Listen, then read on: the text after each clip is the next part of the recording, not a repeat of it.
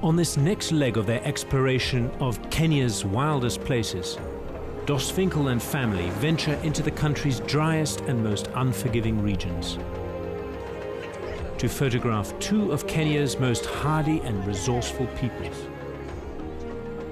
The Samburu's hot and arid homeland has for years been cut off from the more developed and populated south. The result is that they've largely been able to keep their ancient traditions intact. Their northern neighbors, the Rendile, are a mysterious people who more than 1,000 years ago fled south from the land of Kush in what is present-day Somalia.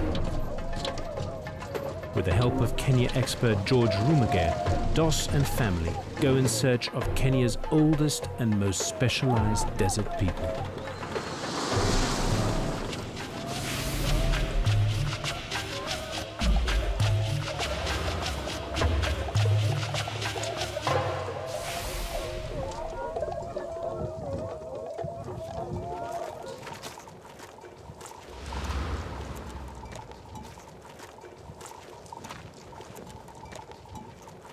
We are here on the edge of the Kaisu Desert in northern Kenya, the land of the Rendile people.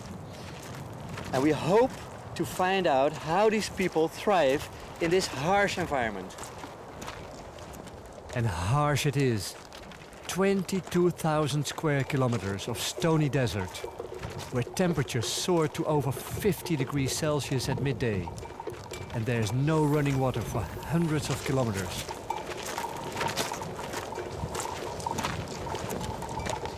The Rendile are Kenya's camel experts and masters of this fragile environment, staying alive by constantly keeping their herds on the move. Their whole rhythm of life is dictated by the needs of these extraordinary animals. In the constant search for forage, a man and his camels will cover vast distances, going for as long as the camels can hold out without drinking.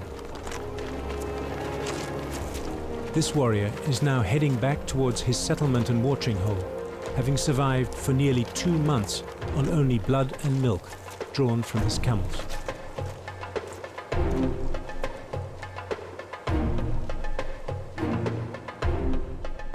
In this arid place, camels are far more valuable alive than dead. So meat is provided by herds of sheep and goats, tended by children and unmarried women.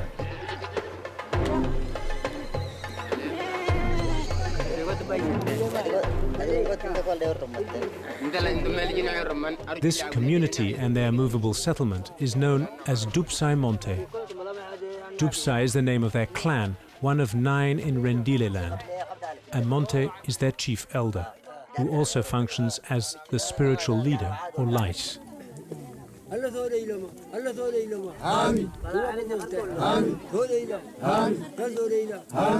Rendile are a religious folk calling themselves the holders of the stick of God. Like the Maasai, they believe in one who can be reached through prayer.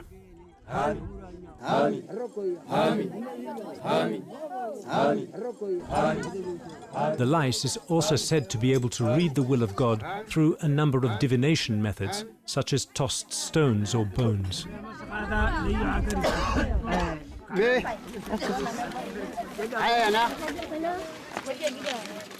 Rendile houses are prefabricated and portable, and are dismantled and reassembled by the women on the same day that a move takes place.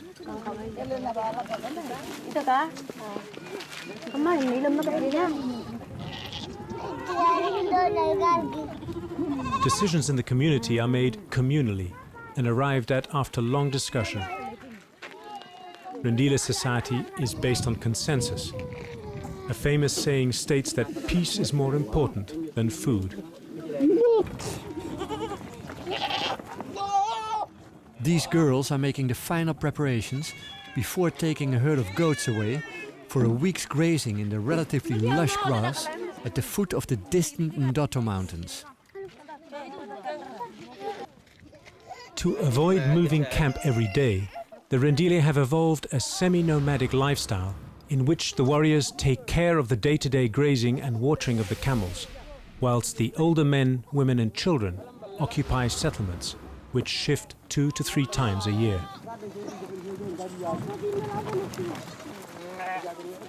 Due to the livestock lost in the prolonged droughts of the last few decades, the traditional Rendile lifestyle is now more vulnerable than ever, and in a period of great transition.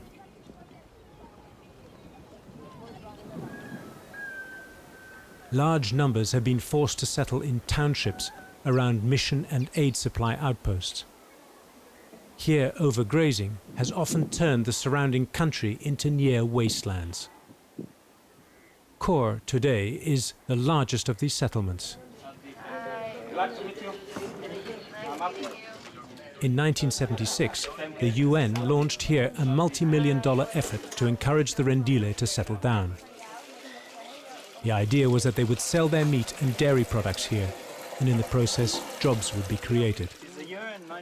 But the reality was poverty and unemployment, and Khor became what some have described as an oasis of dependency.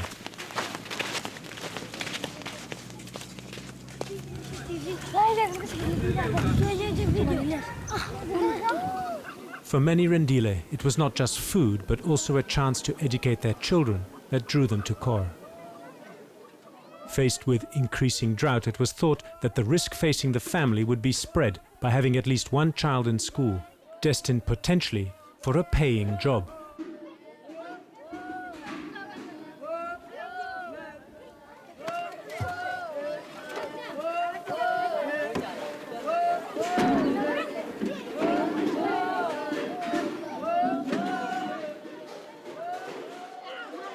Kids are getting water every morning to take to school. But you can imagine that once in a while a kid falls in because it's so steep. In fact, many children have been seriously injured here, and some have even died. This is a horrifying situation, and I absolutely need to find out more.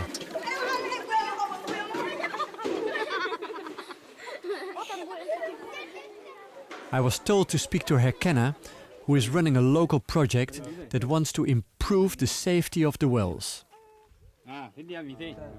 Herkenna was born in the desert, but came to school in Khor.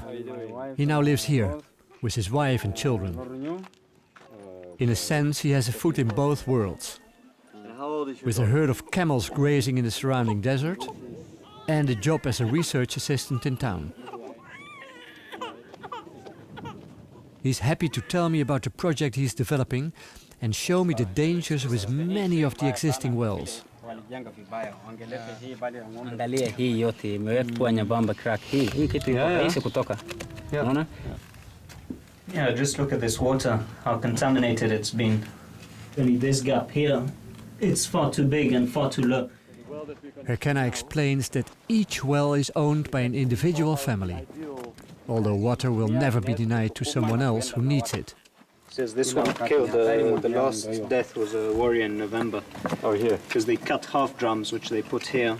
They filled them up, and apparently the animals pushed the drum onto someone who was here, who slipped, and then during the rains, soil and everything gets washed in, contaminating all of these wells. All animal dung. And yeah, there's been a lot of typhoid and other diseases. Anyway, as you can see, this is a particularly dangerous one. Terrible. Then we see camels on the ridge. After weeks without drinking, they now smell water and begin rushing towards the wells. With 600 kilos on the move like that, it's easy to see how accidents can happen.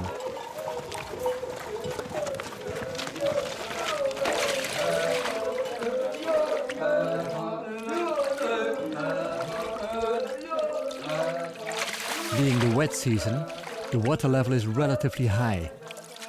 This means that 3 men can bring the water up. But by the end of the dry season, when the water has dropped to its minimum, up to 7 warriors will be needed.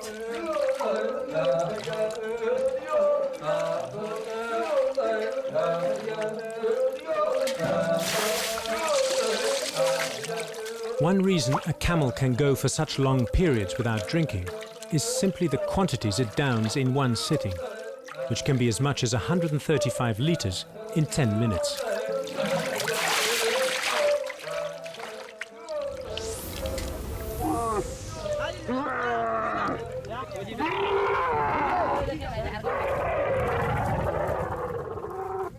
This is just what we didn't want to see happen. A camel has fallen into a disused well.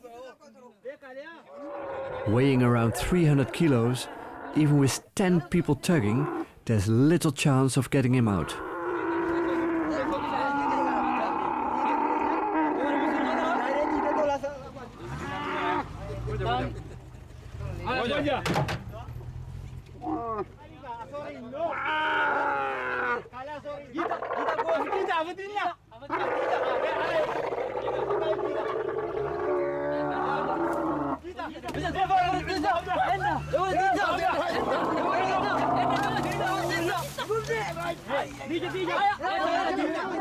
This is a classic example of what happens with the open wells in the area.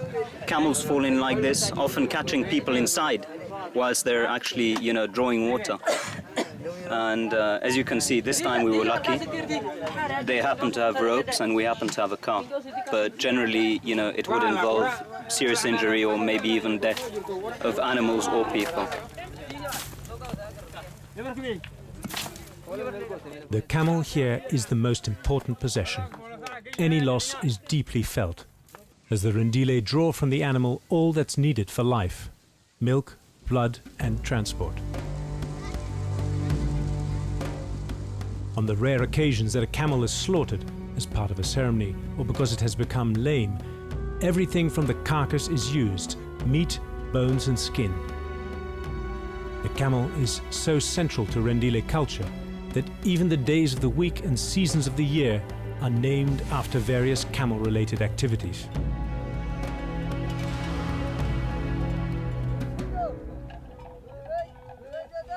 Lasrea, are you married?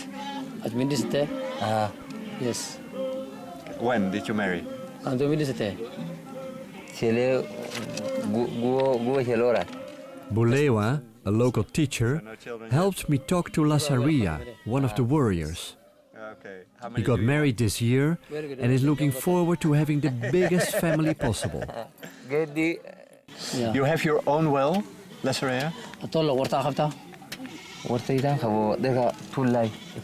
Yes, it's having one now, and it's still going on digging. Digging a well in these temperatures is a really punishing job. A good well needs to be dug in solid rock so that the walls don't collapse. Lasarea tells me that this man is about halfway, so still has around 2 months to go before reaching water.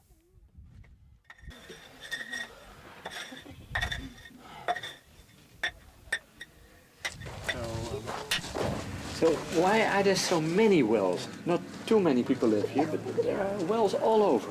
He says that basically there's 292. 292 Yeah. wells. The use per household requires at least one well per household. Oh, that really? includes people and cattle. When I ask Herkenna what his ideal well looks like, he explains that this is a good example. The water is directed through a pipe into these troughs, where the camels can drink safely without endangering the men in the well.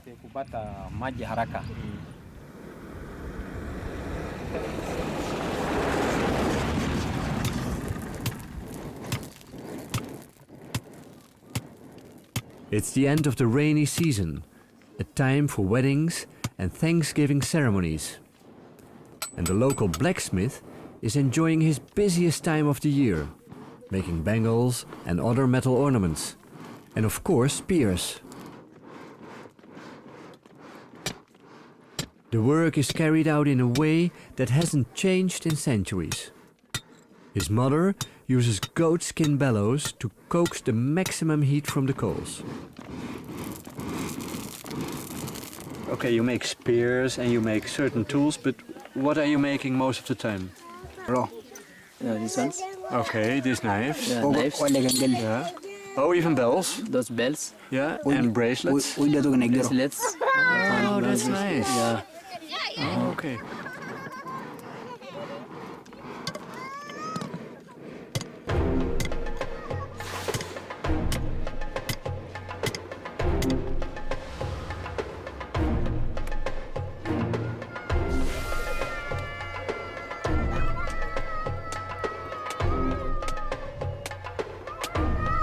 But it's time to move on.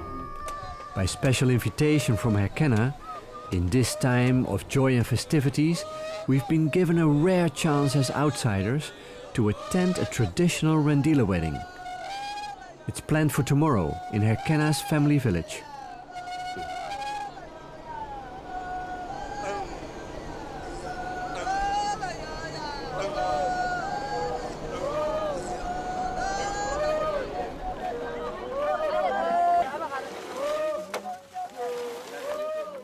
Following the local custom, presents are given to the villagers before the wedding day.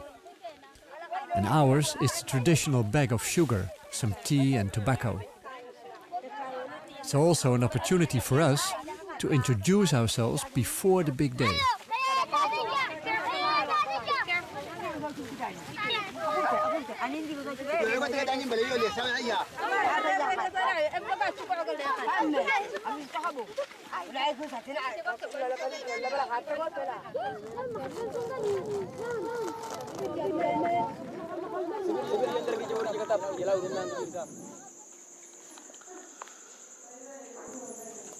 Today was another beautiful day here in Rendile country. Every day seems to be full of wonderful moments. But what touched me the most was my conversation with Lasaria. He is one of the young warriors who helps bringing up the water from the deep wells. And I asked him how it was to live here in this very dry desert. And he said to me, well, according to me, this is the most beautiful place on earth, and I will never ever leave it.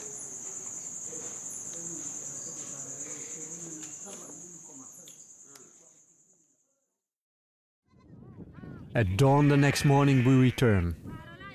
The daily activities are underway as if nothing special is happening. Then, unexpectedly, Bertie and Femke are invited into the house of the bride.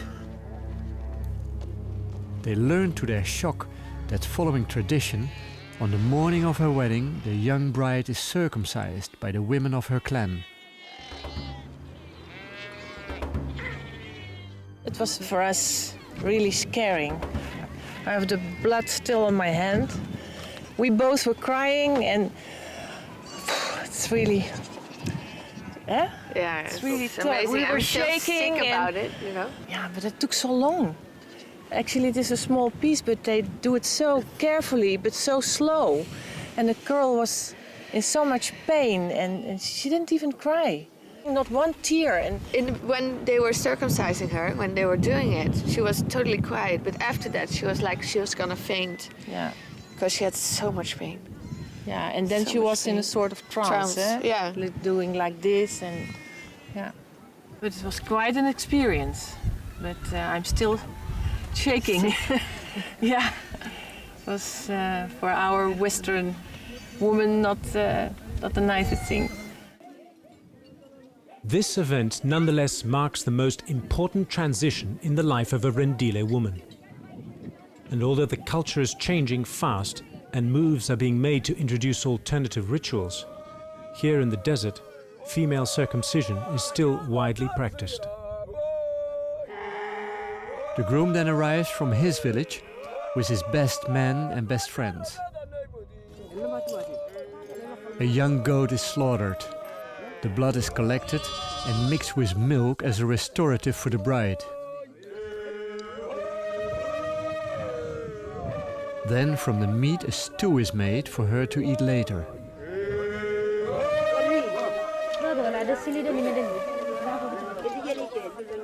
The bride spends the first day inside her mother's house, lying under a blanket, recovering from her ordeal.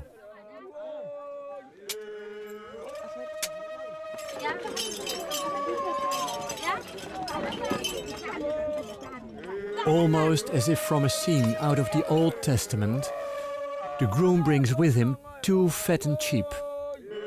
The smallest sheep is presented alive. The fattest will be slaughtered and the meat divided up for the bride's family.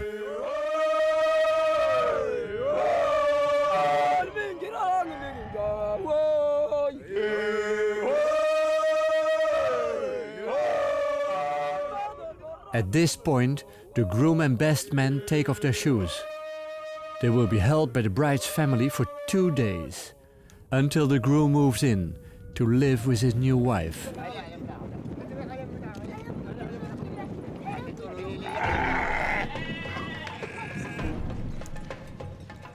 The father of the groom traditionally pays 8 camels to the father of the bride as a dowry.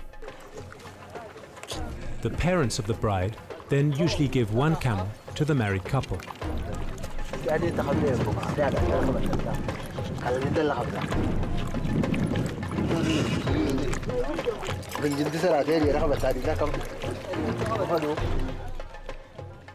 Once butchered, 2 choice pieces of fat are taken into the house and presented as a special gift.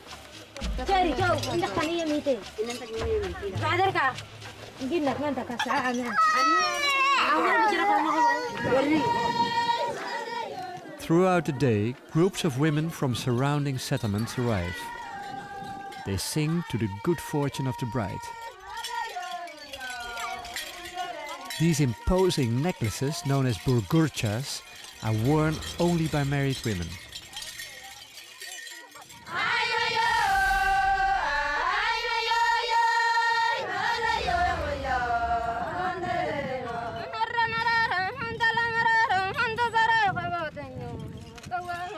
The Rendile have a taboo against marrying within the clan. And as the girls have few opportunities to meet men of other clans, marriages are usually arranged by the parents and elders. Although the couple can refuse to go ahead with a match, that would usually mean a move away from the settlement.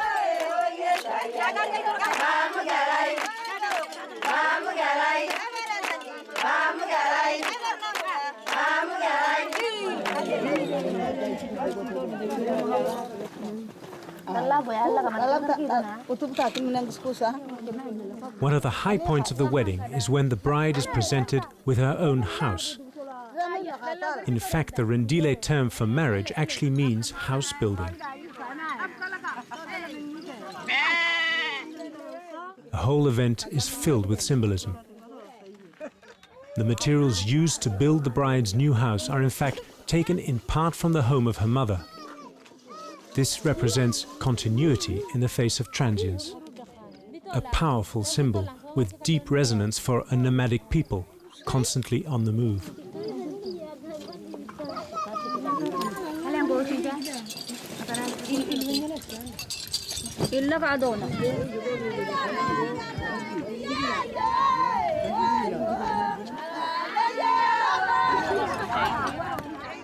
Here the bed is being made for the newly married couple.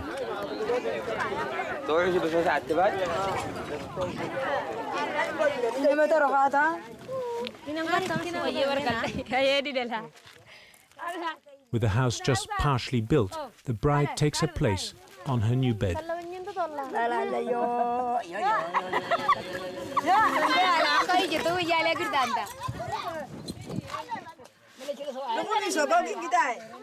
While the women do all the work on building the house, the men arrange freshly cut branches of acacia thorn around the house.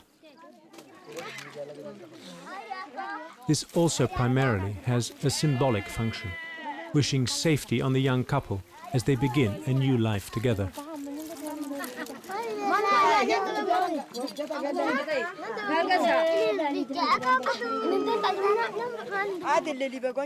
It's now the end of the day.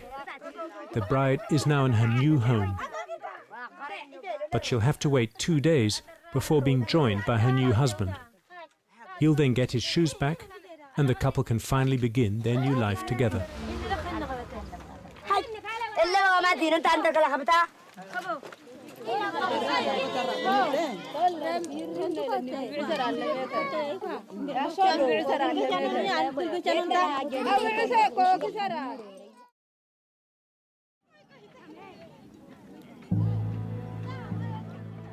The Rendile are well known for their near-obstinate resistance to change.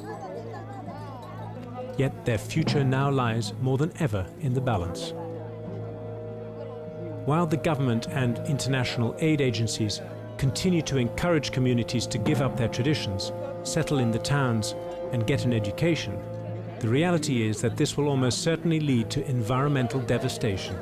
as overgrazing and the need for firewood turned the larger settlements into wastelands.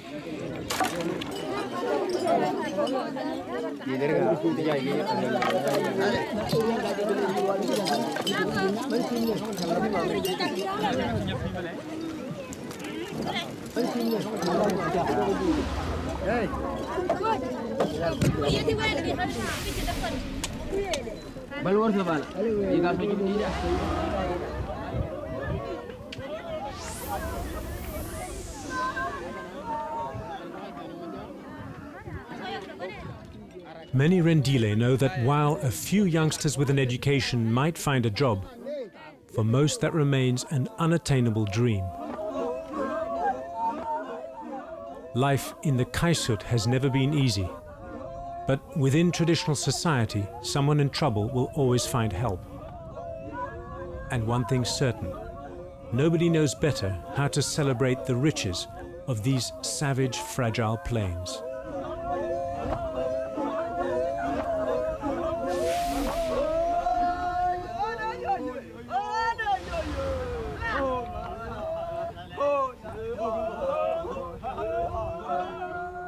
The southwestern edge of the Kaisut is bordered by a dramatic line of hills known as the Ndotos.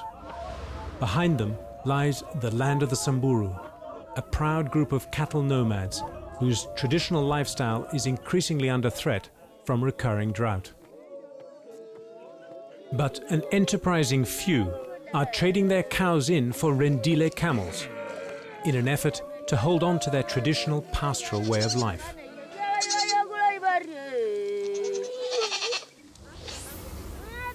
The Samburu were given their name by the Maasai. It means butterfly.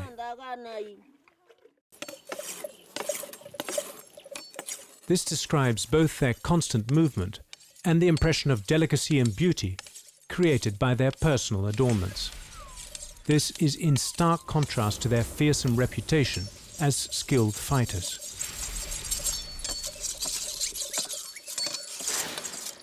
On this trip, our plan is to reach an isolated community.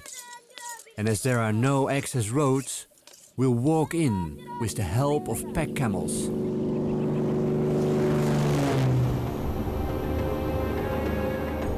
To reach the camels, we gladly take up George's offer to fly us in.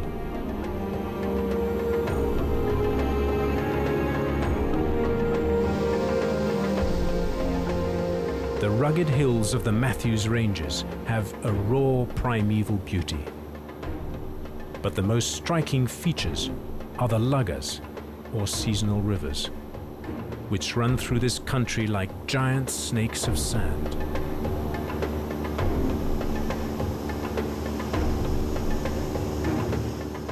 Finally, George has the grass strip in sight and we brace ourselves for the landing. But it looks like the strip is already in use. That was close. Not quite what I had in mind for my first encounter with a camel.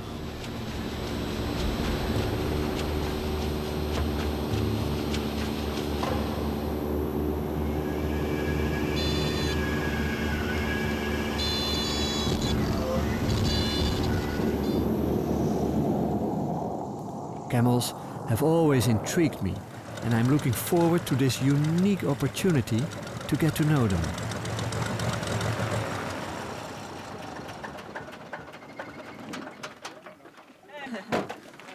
Hi, George. Hello, Hannah. How are you doing? Good. How are you? Hey, welcome to the Milgas. We're greeted by Helen Douglas Dufresne, a third-generation Kenyan who grew up on the lush green slopes of Mount Kenya. But 18 years ago, she lost her heart to the Samburu and their rugged country. The welcoming committee is a lot bigger than I expected. 14 Samburu warriors, or Moran, and 26 camels.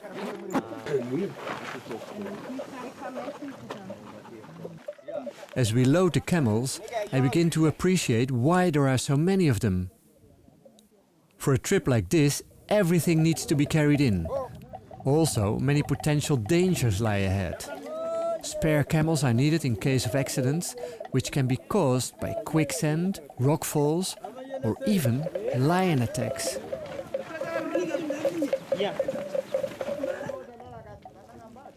The team head for the Saya Lugger, one of the largest in the country.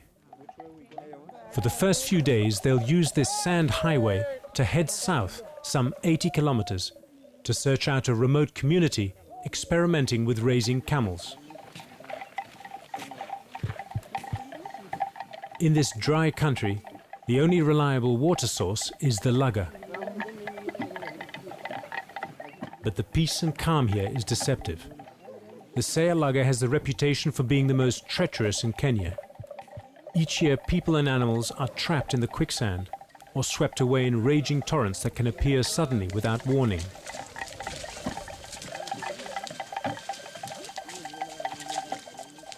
The sand in the Lugger softens. Everyone feels it. The camels are getting nervous.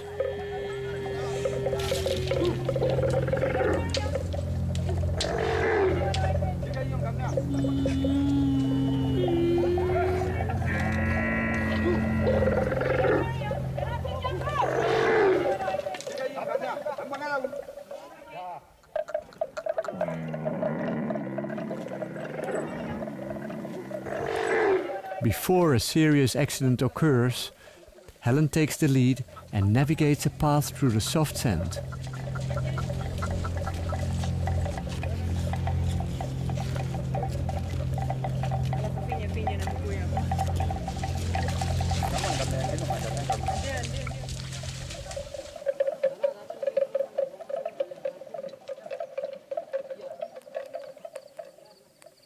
That evening, in the most wonderful setting imaginable, we get the first real taste of Samburu culture.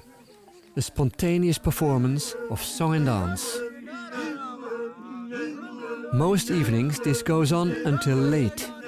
Their deep resounding calls and rhythmic chants mingle with the natural sounds of the night.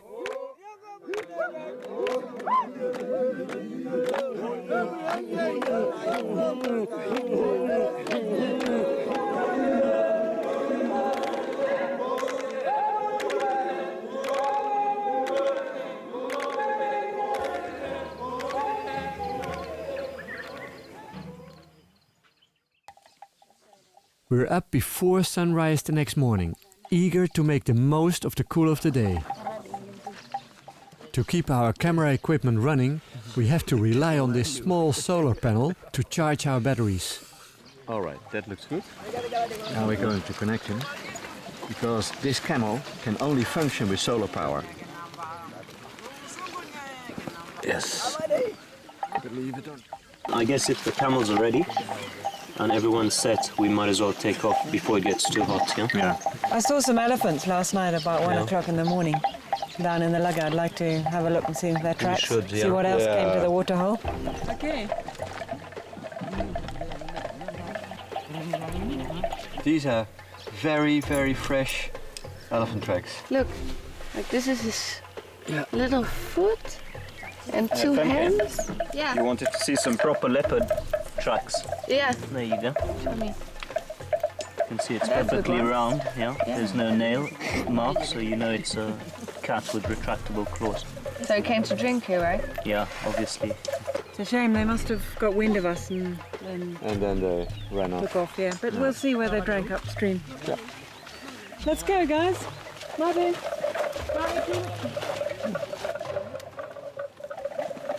So apart from leopard, No, is there also lion and cheetah here? There's lion and cheetah. We're very lucky. We see a lot of cheetah, funny enough. Yeah. But there's plenty of lion here. We've lost about 20 camels in 8 years. 20 lion. camels in 8 years. Yeah. Oh. Yeah. The camel is perfectly adapted to this semi-arid country and is widely used in the deserts north of here as both a pack animal and for its meat and milk. We quickly adjust to the natural rhythms of the day, pacing ourselves to the ambling gait of the camels. By starting at dawn and making regular stops, We're able to cover around 15 kilometers before the animals begin to tire.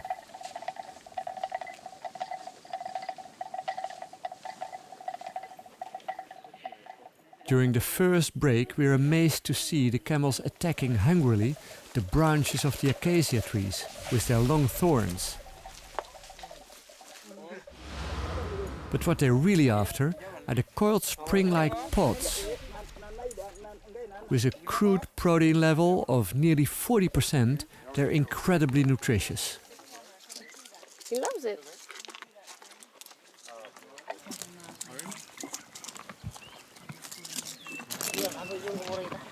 I'm amazed by their anatomy. If you see the elbows, the way they bend them, and the way he's lying, that's amazing. This animal is completely built for the desert. Because you see the eyelashes? They're very long eyelashes. And that is to catch all the sand during a sandstorm. And also the ear. The ear is very small, full of hair, so that sand cannot go in. Yeah, you're good. No. Would you like to?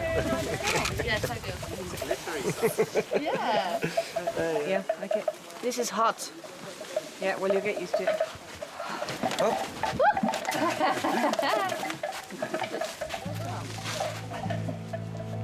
By around 10 in the morning, the air temperature is already 40 degrees Celsius. This certainly makes the going more difficult.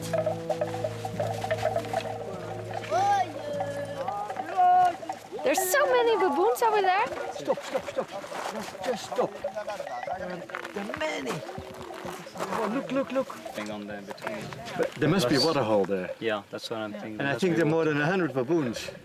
Getting close is going to be difficult. If you approach from the left, The bulk of the troop appears to be paying no attention to us, but a couple of sentries will be keeping a sharp lookout.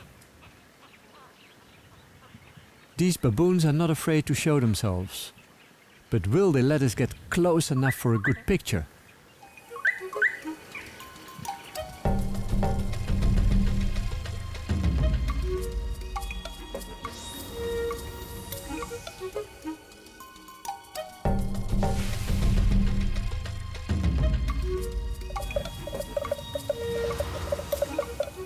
Olive baboons are well known for their amazing adaptability. The group functions as a cohesive unit organized around a core of related females. With their food well spread out in country like this, the group needs to cover around 5 kilometers a day in order to find enough to eat. probably thought I better comply. I don't even tap his toes. He does it. You're a very good camel, you know? Most days by 2 o'clock in the afternoon, we had made our quota of kilometers and it was time to stop, let the camels graze and set about building camp.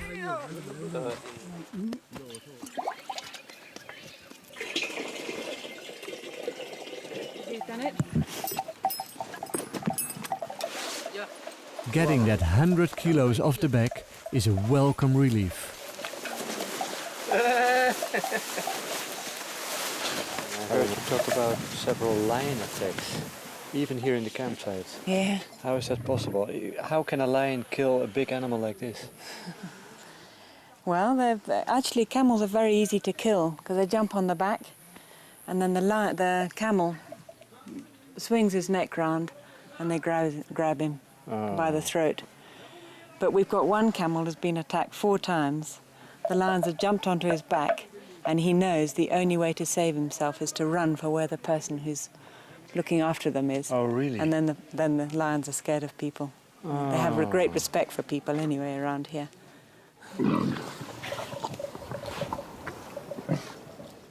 The camels have already found a drinking hole. Strangely enough, this master of the desert cannot dig for water himself and has to rely on people or other animals to do it for it.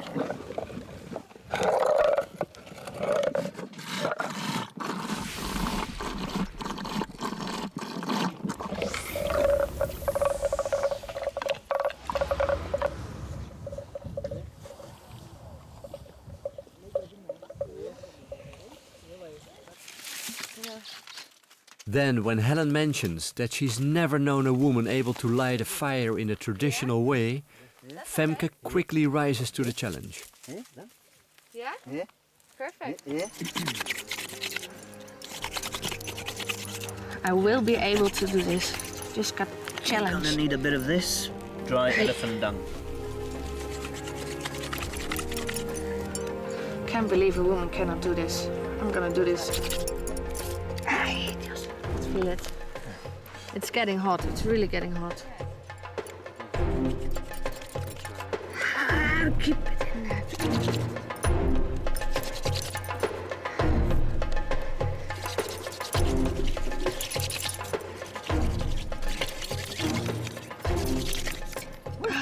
Hey, wat? Oei. Are you a man or a woman? Come on.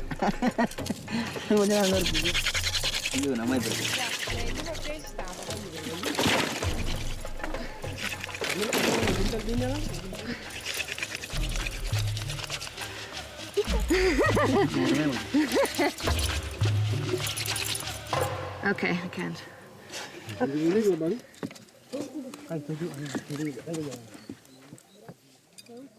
After 45 minutes of valiant effort, Lele Sengay manages to get a flame going in just 45 seconds. Well, 50 now. So the only thing you've seen now is that he's the professional. And I will be able to do this tomorrow. I will.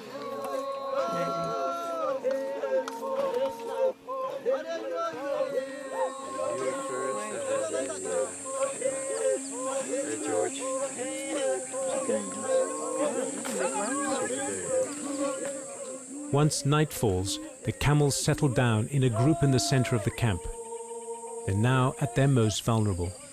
This is when most lion attacks occur.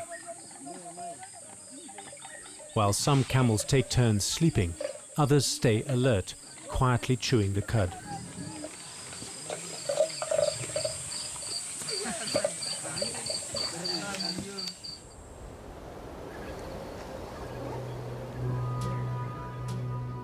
On some mornings, in that special stillness at dawn, I get the sense that this ancient land and its proud ancient people blend to form a timeless kind of magic.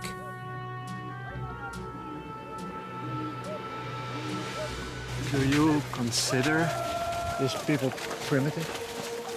I think that the world has got it the wrong way around. I think we're the primitive ones, and I think they've got life correct, because you just live with these people and you just feel happiness all the time.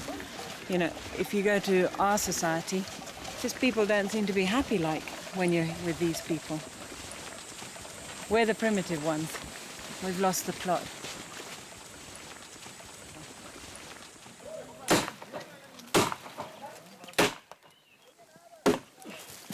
Finally, after a long journey through the Lugga, we're about to leave the Lugga and clearing a path to go into the hills. Spirits in the group rise. Having survived the first major phase of the journey, the group cut a path up towards the Samburu communities that line these hills. But the camels don't share the mood. That's asking for trouble. They're not happy on this steep rocky slope. Their soft padded feet, so good for the sandy Lugga, are more of a hindrance here.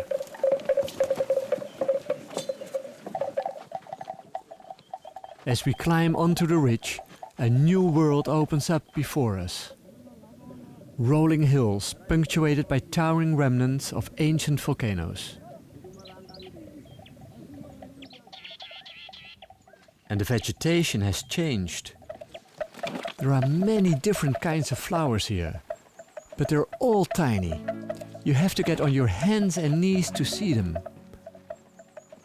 I really like the cactus-like euphorbias. Beautifully adapted to these dry conditions, they hold a poisonous white sap. This purple variety produces a dye used by the Samburu to color cloth and leather. This is beautiful. Alice, what is it? Gum Arabic. We use it in the lick of stamps, boiled sweets, all sorts Chewing of gum things. also? Yeah. It's used a lot. It's really beautiful. The Acacia Senegal.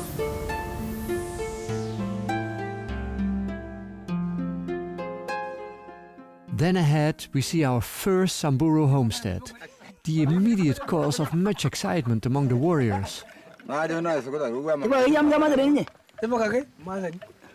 Basically what's happened is that these guys haven't drank cow's milk for a very long time.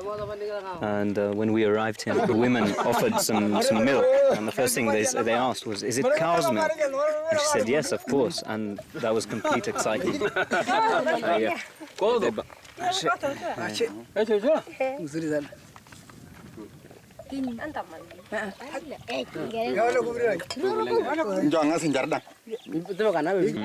Slightly smoky as usual because of the wild olive branch they use to sterilize the calabash.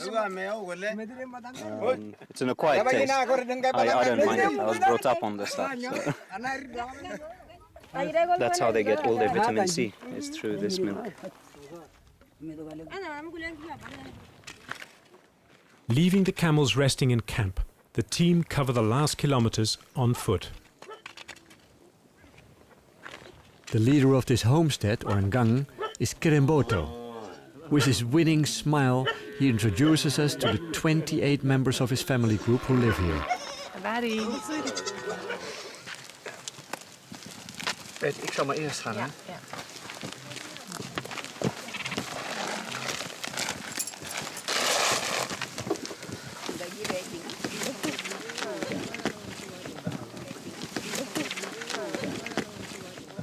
This is for you? Yes, yeah. And that's for the children. And the sugar is there. Yeah. Masiwego. Oh, yeah. Yeah, Oh, yeah. beautiful. Milk container. It's full. So your boma is Missouri-san. Yeah, Missouri-san. Yeah. Missouri-san. Yeah. Tanti-sana. Samburu villages are small and spread out thinly, so that the grazing pressure on these hills is minimized.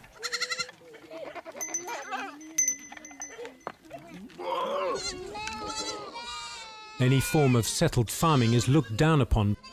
Their livelihood and sense of wealth comes entirely from their herds of goat and cattle. The youngest animals are separated from the rest of the herd as it's too dangerous for them to graze the hills. This coop keeps them safe from prowling predators. When I ask Kirimboto how many cows and goats he has, he just replies, many. Counting for the Samburu is thought to bring bad luck. Nevertheless, he knows his herd intimately, and should just one animal be missing at the end of the day, he would know it immediately.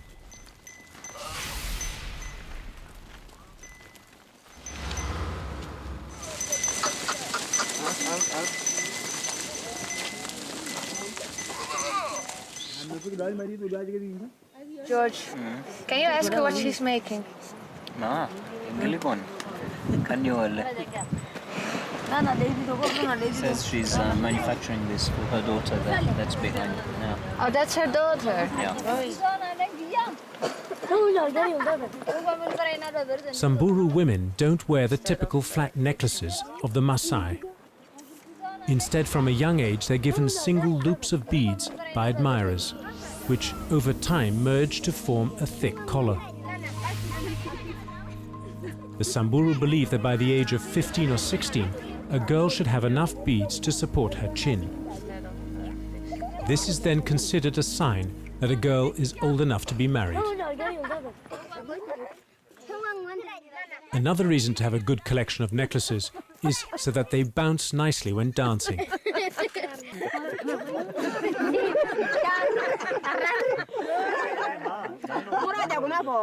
A big discussion soon develops. This lady is concerned that she has too few to make the right impression. She says even if no cars, she'll walk up to Wamba to get her beads even now. Right now she's ready to go. She's desperate for beads. Yeah, she wants more beads.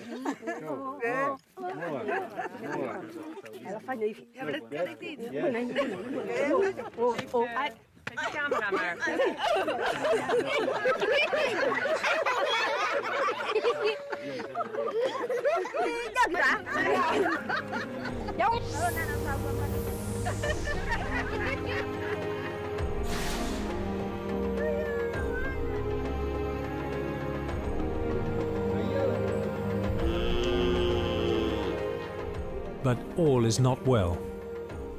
Kirimboto tells that a recent cattle raid combined with the drought of the past 2 years has devastated the cattle herds here. He's lost more than 300 in the past year alone.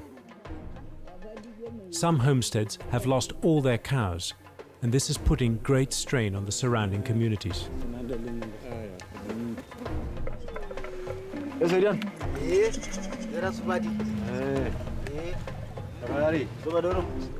But Kirimboto's uncle and neighbor, Lenaryu, thinks he's found the answer in the camel, a beast quite foreign to the Samburu.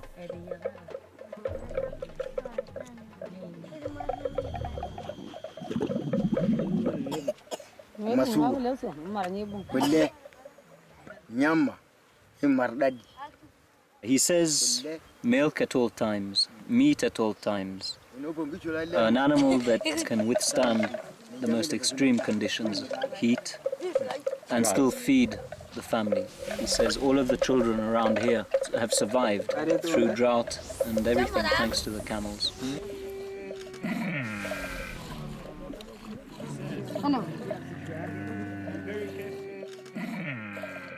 Camels breed at a much slower rate than cattle and are prone to more diseases. But Lenaryu is showing that his pioneering work with this remarkable animal can help the Samburu cope with drought. And this is a problem that is affecting more and more their savage yet beautiful home.